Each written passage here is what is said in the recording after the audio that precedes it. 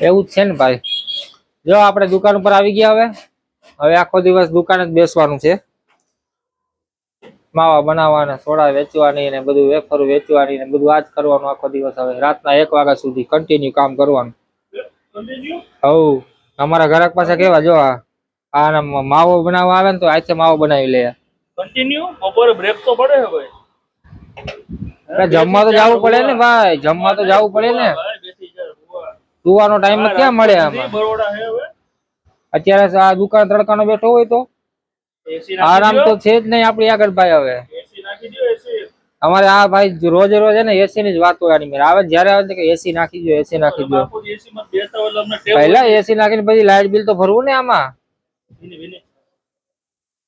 ખર્ચાના માન નીકળતા હોય ને આમાં એસી ના આપણે કેમ નાખવું આમાં? હા આ બધા આવું નોકરિયાત તો 1 તારીખ આવે એટલે રાજા થઈ જાય. આપડે ધંધા વાળા તો ભાઈ થોડું કઈ રોજ અમારે સરખું હોય. આમાં રોજ 1 તારીખ જ હોય. હા ભાઈ ડેનિયા, સાચી વાત છે કે ભાઈ મારી?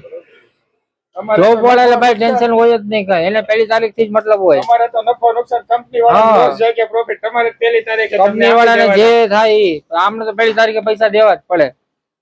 અમારે તો અહીંયા ભાઈ પેલી એડવાન્સ 28 છે. હા જો 28 છે.